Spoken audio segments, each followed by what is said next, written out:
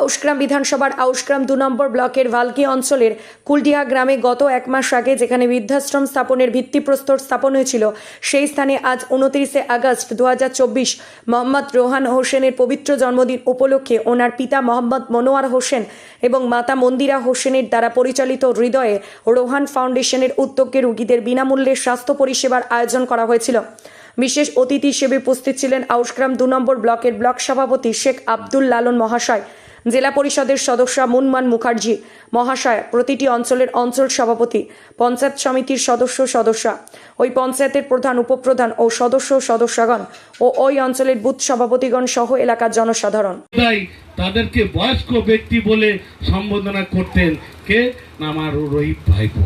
অর্থাৎ তিনার যে দেখবেন, লক্ষ্য করবেন, যেমন যে মানুষকে বেশি দিন পাওয়া যায় না এই পৃথিবীর বুকে, তিনাদের কিন্তু আলাদা একটা ওই চলন বলনের সঙ্গে ভঙ্গিমা আলাদা থাকে, যে তিনাদের বেশি পাবো না, তাই তিনারা কিন্তু সকলের খুব প্রিয় হয়ে ওঠে।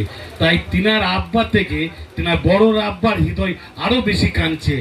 কেন না এই তিনার আচার ব্যবহার, তিনার এই চলার পথ অনুযায়ী।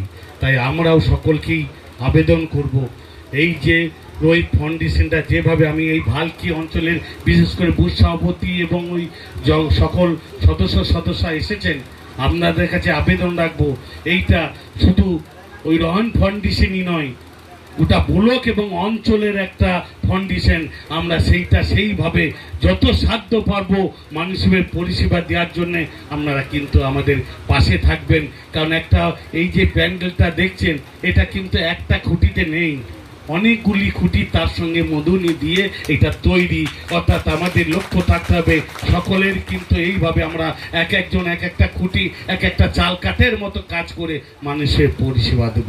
তাই আমি এই সকল মানুষকে আর একবার এই রন ফাউন্ডেশনের পক্ষ থেকে এবং ব্যক্তিত্ব, ওই যে আপনারা বারবার বলছেন কি মানুষের পরিষেবা দিতে এসে কি হয়েছি, আগে যখন লেখাপড়া করতাম স্কুলে তখন মাস্টাররা শেখ আব্দুল লালন বলতেন না, লালনের সঙ্গে ফকির বলতেন।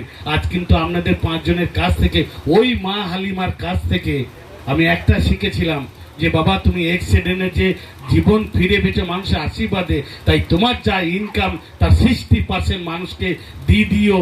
সেই দিতে আজকে কিন্তু দাতা লালন হয়েছে।